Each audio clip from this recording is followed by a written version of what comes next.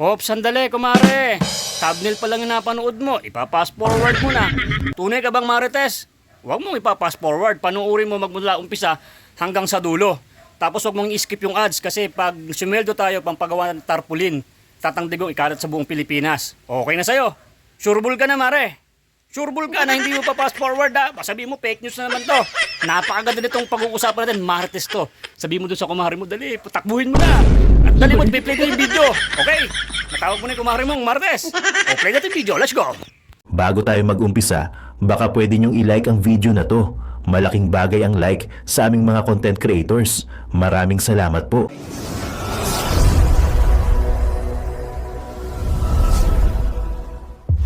Congressman ka, papagalitan mo yung abogado ng gobyerno. Yes. Di ba? Ang Medyo kapal ng kakaiba yun. mukha mo, Stella Kimbo. And kaya wala kang tinatago, Stella Kimbo, hindi ka dapat matakot na humarap sa April 1, April 2, at saka April 3 na oral argument sa Supreme Court.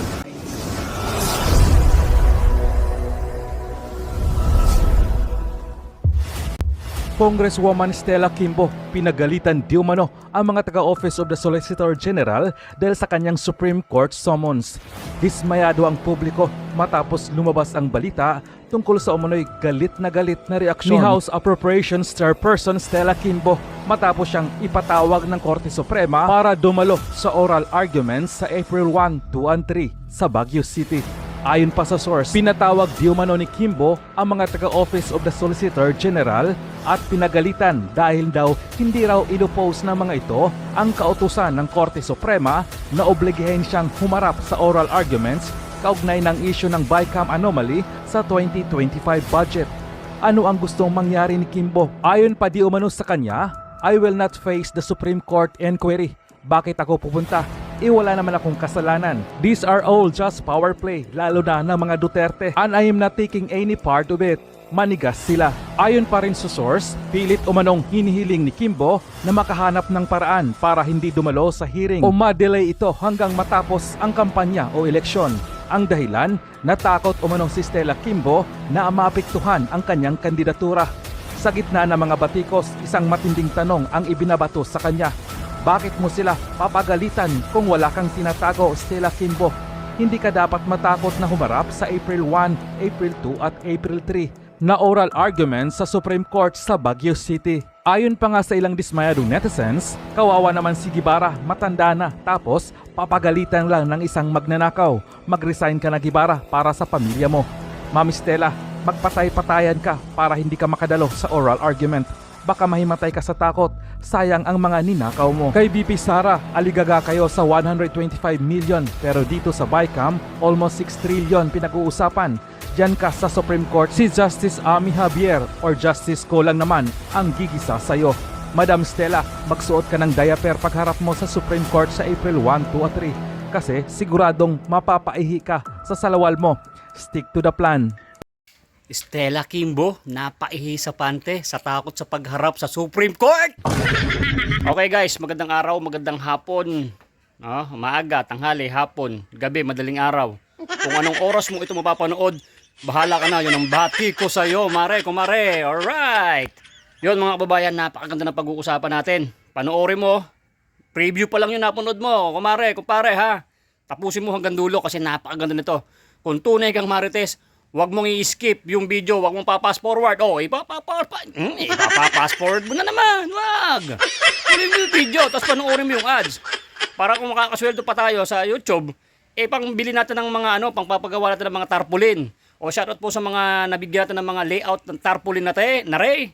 O yung mga nabigyan natin sa GCash, print nyo na po yan. Then, ikabit nyo na po sa mga bahay-bahay nyo. O yan po yung mga tulong nyo po sa papanood nyo po sa vlog natin. Yan, mga nabibili natin o napambabayad natin sa mga tarpaulin. Yan, marapit na yan. Dami na. Shoutout po sa mga kumpare ko natin dyan ng mga subscribers na naglagay sa kanilang gate. Yan po. Makikita nyo po yan sa kanilang mga gate.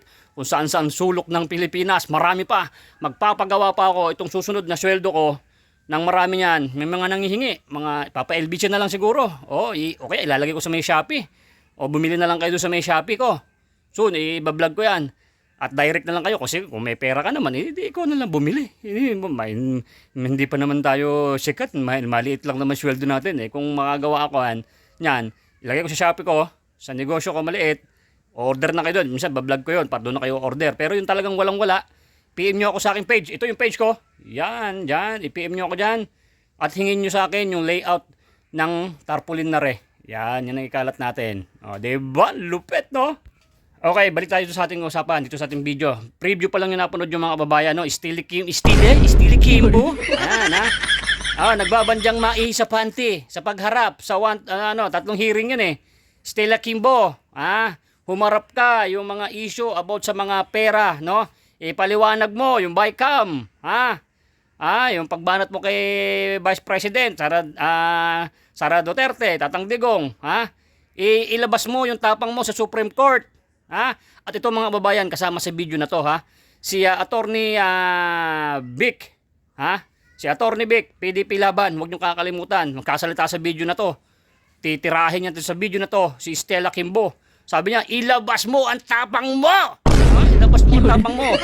At ito mga babayan, sa video na to, nakita niyo naman yung preview. Aba, si Stella Kimbo, parang pinaglit-galitan lang yung isang attorney ng gobyerno. Parang nabastusan. Pero mo, ka lang, trabahante ka lang din sa sa Pilipinas. May posisyon ka kung paglitan mo ang isang attorney. Walang hiya, no? Walang hiya talaga tong Stella Kimbo na to. At dito mga babayan na papanood nyo rin, babanat din tong third floor, no? Studio. Yan. Team Duterte din natin yan. Kasama natin. Mapapanood nyo to sa video na to. Panoorin nyo. Babakbakan nila si Stella Kimbo. O Stella Kimbo, wag kang gagawa-gawa ng mga argo-argo na para hindi ka makakapunta sa hearing sa Baguio, wala. Inumpisahan mo na yan, tapusin mo, magsalita ka rin. Wag kang pakeme-keme, nagagawa-gawa ka ng mga pambar o mga dahilan para mawala. Hindi kami papayag. O mga babayan, bantayan natin yan, si Stella Kimbo. Masyadong masyadong pabide, no? Oy, Mare Kimbo. Hindi na kita babanatan. Bigyan mo ako ng isang relo mo diyan. Yung relo na mamahalin. Kita niyo mga babayan, no? Kawawa yung pera ng taong bayan, no? Yung pera natin, no? Inuubos lang ng mga iilang tao. Samantalang ang Pilipinas naghihirap. Puro na lang Duterte. Duterte sa umaga, Duterte sa gabi, Duterte sa tanghali. Puro na lang Duterte ang mga laman ng mga Facebook o YouTube. Puro kayo banat. Babanatan kita eh. So ganito mga babayan, simulan na itong video na to. Susunod ko na dito kaagad. Pero ikaw kumpare, yung mga solid team Duterte natin dyan, na mga subscribers natin, pakilike nyo po itong video na to. Malaking tulong po yun sa channel ni Boy Sardinas. At malaking tulong po yan para ma-recommend tayo na YouTube para mapapanood. Ay kahit pa paano, yung mga sente-sente mo na mga ads dyan ay naiipon, yun po yung tulong natin kita ng Digong. Disclaimer yung mga nagbabayad, nagsasabi dyan na, Boy Sardinas, magkano bayad sa'yo ni Duterte? Si Raulo, bawal ang bayad dito, baliw. Bayad. Nagbablog lang ako. Yung mga sweldo natin, kahit maliit lang yan, nakakabili tayo ng mga tarpaulin. Mga kababayan, yung mga nanghingi ng layout, shoutout po. Paki-vlog nyo naman din yan, picturean nyo, send nyo sa akin, sa page ko, at iipunin natin yan.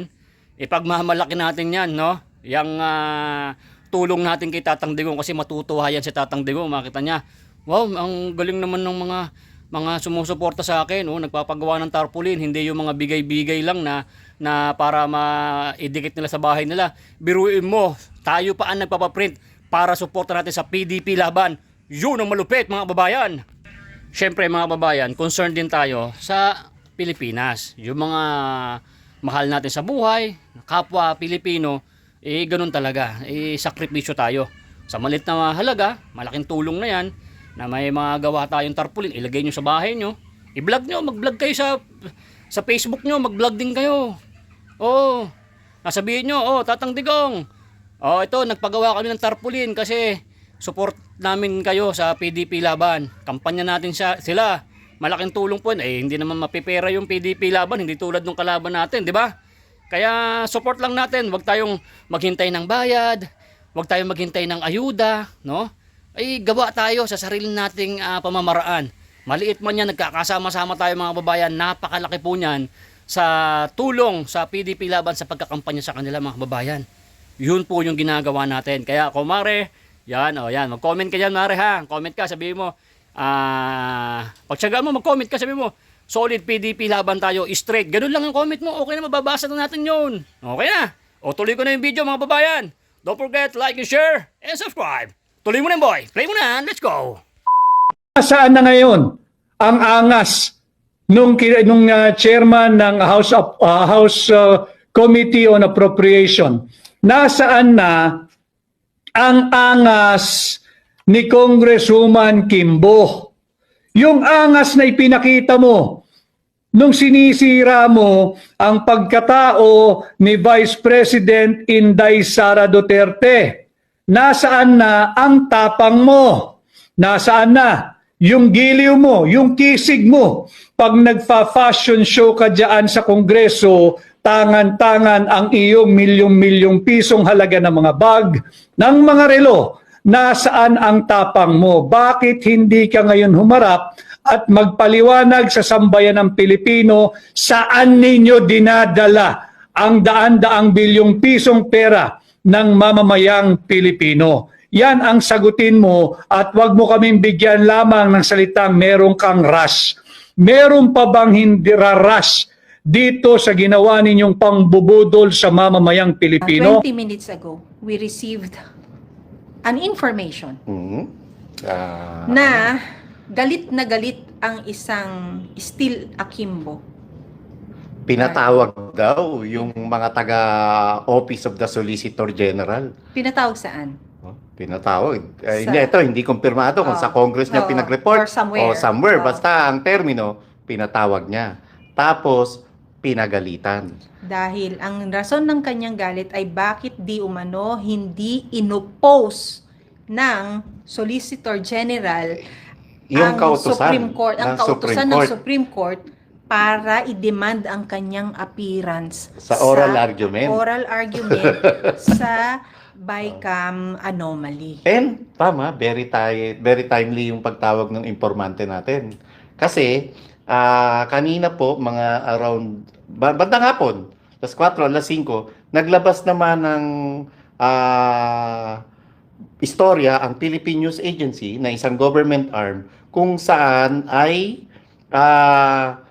may inihaing ano tawag doon? May inihaing panukala ang Office of the Solicitor General sa Supreme Court na pinapabasura na yung inihaing petisyon nila Attorney Vic Rodriguez dahil kulang daw ito sa Ano yan? Pinapabasura? mga rason. Oo, Pam. Anong Pinapabasura. outlet yan? Anong PNA, Pam. PNA. Philippine News Agency, Yes, oo. isang news outlet or arm ng government under the Presidential Communications Office. Do you expect people to believe that? Pero hindi. Ang ano nila, ang ina-attribute lang nila yung istorya doon sa inihain ng doon sa kahilingan ng Office of Solicitor General sa Supreme Court na ibasura. So why don't you, if it lacks substance, Marlon, or evidences, Fatal procedural defects and for utter lack of merit. hindi pa nga dinidinig, meron na kayong meron na kayong... Kaya nga sinasabi ko nga, this was posted 3 hours ago Kaya ko sinasabi na medyo timely yung nakuha nating impormasyon. Kasi baka ito na yung sagot ng Solgen dahil baka nga napagalitan sila. Resulta. And medyo daring yun Congressman ka, papagalitan mo yung abogado ng gobyerno. Yes. Diba? Ang Medyo kapal na kakaiba yun. mukha mo, Stella Kimbo. And kaya yung ibang tao ngayon sa Solgen office hindi ko sinasabi doon ng source medyo dismayado ngayon na bakit mo sila papagalitan. Kung wala kang tinatago, Stella Kimbo, hindi ka dapat matakot na humarap sa April 1, April 2, at saka April 3 na oral argument sa Supreme Court sa Baguio City. Eto patanong lang naming itotono.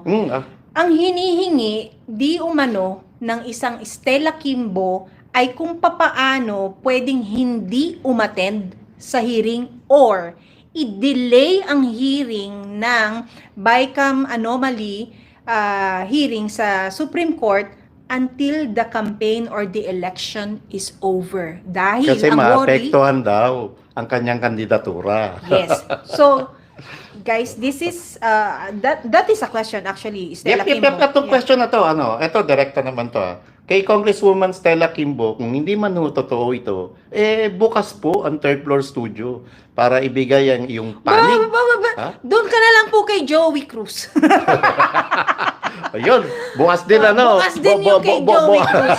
Ma'am Joey, saluhin mo naman. Gaano katotoo na ang peg mo ngayon, Congresswoman Stella Kimbo, ay ipa-delay or delaying tactics ang gagawin mo para hindi ka maka-attend sa oral argument sa Supreme Court. Pero Marlon, ang isa pang nakakagalit dito is the audacity of Audacity. of Stella Kimbo na pagalitan ang Solgen and Solgen's office. Para ipatawag mo, no? At para ipatawag mo at para sabihin na how dare you not oppose Supreme Court's order for my or her presence doon sa hearing Hindi na yan. natin alam ano bang dadaan ba ang budget ng ng Office of the Solicitor General sa APRO? Bakit ganun kakaano, no?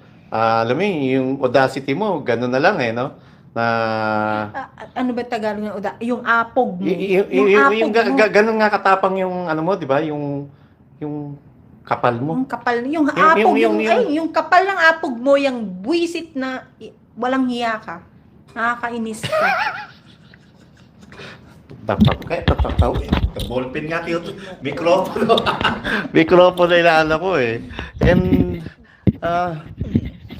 ano nga kaya, no? Ano kaya ang gagawin ng Supreme Court sakaling hindi dumating ang isang Congresswoman Stella Kimbo at etong Office of the Solicitor General ngayon kay magpapile na ibasura yung inihaing petition, naka-scheduled na nga ang oral argument. So, Hindi Marlon, ang isa pang argument actually is yung hindi pa dinidinig, meron na kayong meron na kayong pag-i-impose na ito, this lacks merit and process something.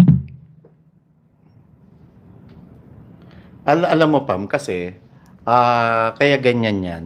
Ibig sabihin, alam nila wala silang panalo. Pag nagpatuloy yung proseso, alam nila wala silang panalo. Kaya una pa lang, gusto na nila wala nang gawing pagdinig patungkol dito sa BICAM anomaly. The Office of the Solicitor General has formally asked the Supreme Court to junk the petition challenging the constitutionality of 2025 General Appropriations Act. In an 89-page comment filed on Feb 27, Solicitor General Medrano Guevara urged the High Tribunal to dismiss the petition for its fatal procedural defects and for utter lack of merit. Baka pwedeng gamitin din yung terminology fatal procedural defects and for utter lack of merit sa pagpa-file naman ninyo ng impeachment kay Actually, VP yun din Sara. sasabihin ko, di ba? Diba? Dapat ito ang ninyo. sa Pag kayo pwede ninyong impeachment. gamitin, pagka kay VP Sara, hindi nyo, dinidedman ninyo. Pag kayo nakiusap na i-drop yung tungkol dyan sa pagiging unconstitutional ng General Appropriations Act, pwede. Pero kapag kay VP Sara, ano yun nagtitengang kawali? Yun ba yun? Nagbibingi-bingihan kayo. Nagtitengang Wow. kawali. Galing sa isang kapampangan. Hindi ko, pero eater. Yun ang, Foodie. Tapos sa kanyang pipigilan to, ang daming, alam mo Pam, yung taong bayan, gustong-gusto marinig to at excited na dumating yung oral argument. Ayan, no? Yung, kayo, 2,260 na, tapos ang nagla-like, 655. Ba't ako kuripot nyo sa like? PH, nandyan ka ba? EB, nandyan ka ba? Pinagtulungan ako ng dalawang Kinikwento mo nga kagabi. kanina Ang bad nyo sa akin, ba't ganyan kayo? Love na love ko kayo, tapos ako ginaganyan. Love kanila, nyo. Pam. Parang hindi. Kaya Hindi ko kanila nararamdaman. Kaya kanila ginagano. Hindi, pero gusto ko, actually Marlon, that's why we also change our topic kanina, although natakil din naman natin kahit papano yung una nating gustong i-discuss, no? Kailangan magsalita ang marami, Marlon. Dahil lahat, gagawin nila, mapigilan lang ang grupo ng Attorney Vic Rodriguez at Congressman Sid Ungab na sumalang dyan at i-expose ang katotohanan. Yung mga taga, ano pa ma, yung mga malapit po sa Baguio City, kasi marami na nagtatanong kung pwede raw bang pumunta doon para manood. Alam ko kasi private, pero pwede naman sigurong tumambay sa labas para magpakita ng suporta, para magpakita ng puwersa na gustong-gusto natin madinig yung isasagawang oral argument sa Supreme Court patungkol dito sa anomalya sa BICAM. At saka ano naman din Kung kinakailangan mag-rally yung mga Marlon? malapit doon, di mag-rally kayo. yung Diba? pakita rin natin yung suporta natin by listening to natin. the audio cast naman ng Supreme Court sa kanilang YouTube channel. Saka, So, Pam. sabay-sabay tayong maging matalino at ma-inform ng katotohanan Pam, habang dinidinig yan. Dito tayo nakakita ng pag-asa na meron pa palang branch ng government ang matino. Oo. Kasi alam na natin yung executive bulok. Alam na natin yung legislative department bulok. Sa 20th Congress pa lang malilinis yan. Malilinis Oh, yan. di ba? Kaya Oo. bumoto ng tama. So, actually, Marlon, when you said na meron pa palang sangay ng gobyerno ang maayos, which is the ano to? Itong Supreme Court. Supreme Court, sumikat din dyan at na-appreciate ng marami ang Justice Amy Javier. Mhm. No? So, diyan natin nakakitaan ng pag-asa na meron pa palang mga opisyal na ang pagmamahal ay hindi para sa kanilang mga sariling intensyon, kundi para sa bansa. Pam, yung mga tanong niya, On nakaka-touch, point. on Oo. point, direkta. Mm-mm. At talaga nakaka-touch kasi alam niya, ito yung patungkol dun sa PhilHealth zero budget. Kasi alam niya na mamayang Pilipino ang nasaktan at matatamaan nung pagbokya sa pondo ng PhilHealth. And also, because she said that, ito, sa PhilHealth pa lang natin siya talaga na-appreciate because ito pa lang naman yung mainit din na dinidinig, no? She said that for her, health is non-negotiable. Correct? Regardless kung isa kang mahirap na bansa o mayamang bansa, kung mahirap ang nagkiklaim o mayaman na nagkiklaim, you cannot say na, isang tabi muna natin ng health, gagawa tayo ng kalsada. Basta health is non-negotiable. Lahat tayo tinatamaan ng sakit. Mayaman Higit lalo pa Mm. yung mga matatanda na. At karamihan sa mga justices natin, mga nagkakaedad. Mm-mm. Siyempre, nagiging conscious na rin sila sa kalusugan nila. Mm-mm. And alam nila, nararamdaman nila na sila may kakayahan silang magbayad sa ospital. Pero may mga kaibigan, kamag-anak, kakilala at mga kababayan sila na hanggang ngayon uhaw na makakuha sa pamahalaang Marcos ng maayos na serbisyong medikal mula sa gobyerno. Bakit, Diba? alam mo Marlon, ngayon ko lang na-realize, bakit niya nasabing non-negotiable ang health? At pagdating sa health, lahat tayo pantay-pantay. Kailan nangyari yan? Nung pandemic, Marlon. Correct. Nung mayaman ka, kahit mayaman ka, kung puno ang ospital, hindi ka ma-accommodate, di ba? Kung ikaw ay Ang daming mga Diba? prominenteng tao na namatay na lang sa tent. Di ba? Oo. Ang ano rin dyan is, yung sakit na dumapo sa'yo, hindi naman niya kinilala kung ano ang Walang estado pinipili. mo. Walang Oo. pinipili. Kung Walang class pinipili. AB ka o Oo. class CD ka or E ka, 'di ba? Lahat ng dinapuan nag-suffer, maaring yung iba minalas at alam mo 'yon, tinamaan talaga. Yep. So, this is the time na the country cannot afford another pandemic such as the COVID-19, Marlon. Lalong-lalo na under this administration na walang ginawa kundi kumamkam at magnakaw. Pam, dapat nga may pandemic o wala, dapat prioridad ng gobyerno yung usaping programang pangkalusugan. Totoo. Di ba? May pandemic, ang nangyayari, ang pina-prioritize nila, yung ayuda program na wala namang pandemic. Oo Kundi, nga. di ba? Walang pandemic, yun ang pinamimigay nyo, yun ang priority nyo. Ang pinakamasakit, ang PhilHealth Fund ipinondo sa infrastructure na funded na over and over again, sabi ni Ray Anthony. Tama, di ba? Yeah. Anyway. Sabi ni Jerry Cho Andrew, Miss Pam, nakita ko yung simpleng bumeso kay Miss Cathy B. Ako ba yon? Nabasa ko bigla. Vivian Gonzalez, Solid Duterte team tayo. Oo, actually,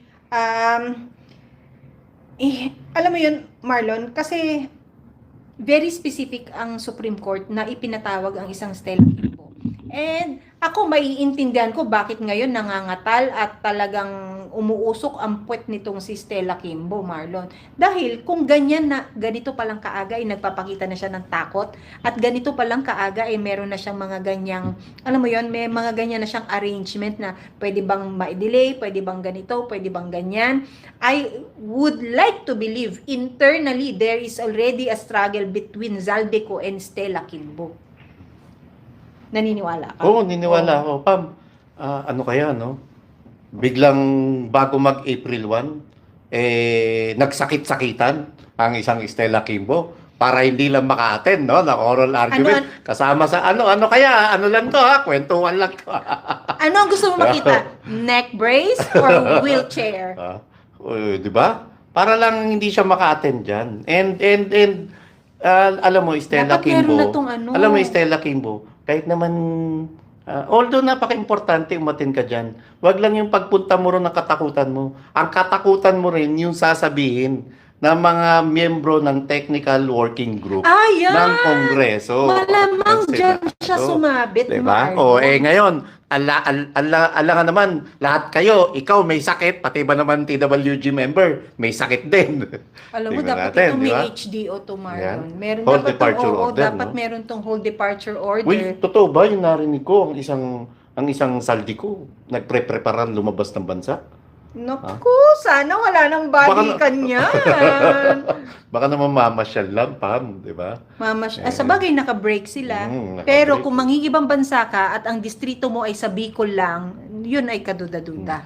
Mga Diba? katetet kay Ebo, no, magbigay po tayo ng mensaheng suporta sa mga justices ng Yes. Supreme Court. Ibigay po natin ang ating pagpupugay, pagpupuri at pagkilala at pagdakila sa kanila. Maging dahilan po ang ating mga magagandang salitan para mas tumindi ang alab ng kanilang puso para sa ating bansa. Ipakita natin na na-appreciate natin yung kanilang kagalingan, kabutihan loob at yung pagiging makabayan nila. Yes, maraming salamat po sa 2,346 and 1042. 1,042 na nag-likes. Oh, please double the likes para po Opo, ito specifically to about this news na merong nakarating sa amin na maibahagi at nakikiusap po please kay PH or kina EB na malalaki ang influence kina Miss Joey na not because it's us but because it's about the news. Yes, there is this news na nagagalit ang isang Stella Kimbo.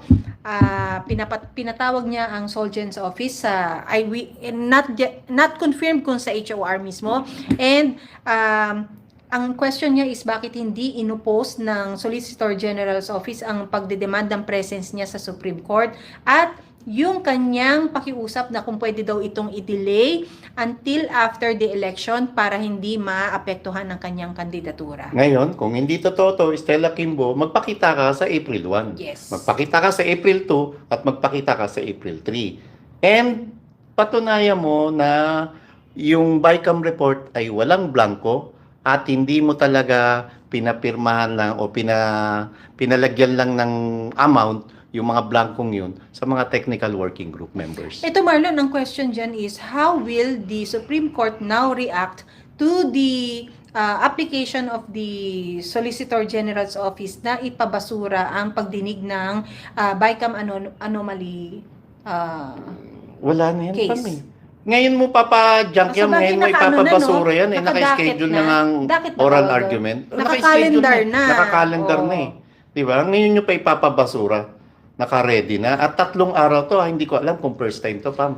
3 consecutive days na merong oral arguments. Ibig sabihin, alam ito ng Supreme Court na medyo madugo ang usaping ito. At may bigat yung issue para sa kanila. So, May bigat talaga kasi nakasalalay rito yung kinabukasan ng taong bayan. Nakasalalay rito ang multibilyong pisong pondo ng pamahalaan na mula sa buwis ng taong bayan at mula sa utang panlabas ng Pilipinas. Alam mo, in-underestimate ng Solicitor General ang kapasidad ng ating mga hustisya, Marlon, ng mga justices natin sa paghahain nila ng yung request na maibasura.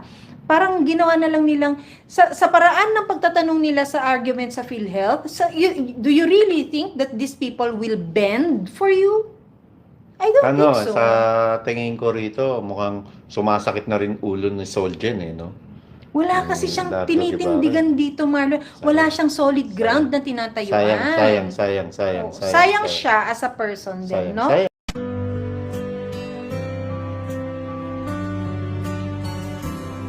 Ang bulong ay kumalat na. Isa ang nais nila. Isigaw ang nadarama. Pilipinas muling magsama-sama. Pilipinas, Duterte pa rin ang tunay na nagmamahal sa atin. Laban niya ay laban natin. Pilipinas, Duterte pa rin. Inang bayang minamahal, lagi kang ipagdarasal na muli kitang makita. Pilipinas, bangon may pag-asa pa. Pilipinas, Duterte pa rin ang tunay na nagmamahal sa atin. Laban niya ay laban natin. Pilipinas, Duterte pa rin. Pilipinas, Duterte pa rin ang tunay na nagmamahal sa atin. Laban niya ay laban natin. Pilipinas, Duterte pa rin. Pilipinas, Duterte pa rin. Magkakaisa Yay! sa Pilipinas. Alright! Taong bayan ay unahin at dapat magkaisa. Hey! Ayusin ang mga problema ng ating bansa. Ang galit ay alisin at dapat magkasundo. Payapa ang ating bansa. Asenso at taong bayan ay unahin at dapat magkaisa. Hey! Hindi ang pagkaaway at ang pagkakagulo. Ang galit ay alisin at dapat magkasundo. Payapa ang ating bansa. Asenso at tayo. Ang kahirapan sa bansa ay lumulubha. Kailangan harapin ang maraming nating problema. Maraming nagugutom sa Maynila at probinsya. Maraming trabahan na hindi sapat ang kinikita. Pati lang hindi sapat ang pagkain sa mesa. Kapag sila'y nagkasakit, wala rin pagpa-hospital. Sa buhay ang pinapas sa matindi kalamidad. At tumataas ang antas ng kriminalidad. Hindi mabuting panoorin na puro na lang kapihan. Kaliwat ka ng batikos, kabi-kabilang alitan. At dapat asikasuhin at kailangan malunasan na yung mga problema nagpapahirap sa ating bayan. Ating na panahon, pagkakaisa ang solusyon. Magtulungan tayo, ito ang kailangan ninyo. Dapat nagkakaisa para mayapa ang bansa. Pagkakaisa ang kailangan, hindi mamumulitika. Bayan ay unahin na dapat magkaisa. Ayusin ang mga problema ng ating bansa. Ang galit ay alisin na dapat magkasundo. Kung mayapa ang ating bansa, aasenso at tayo. Ang bayan ay unahin na dapat magkaisa. Itigil ang pag-aaway at ang pagkakagulo. Ang galit ay alisin na dapat magkasundo. Kung mayapa ang ating bansa, aasenso at tayo. Sana po ay pansinin ito aming sinasabi. Kapayapaan ito ang nais namin na mangyari. Ang problema ng bayan ay napa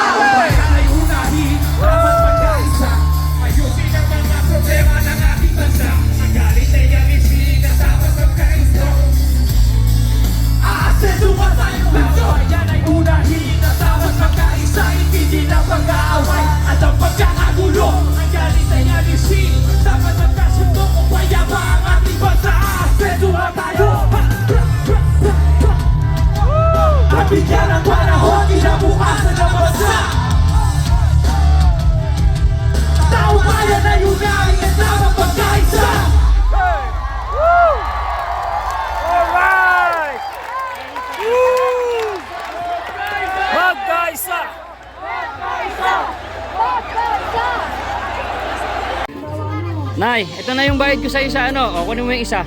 Isa muna. Iyan, no? Tapos, isa pa. Di ba? 4 dapat na sardinas, eh. Yan. 3 na. Pang-4 na sardinas. Okay na.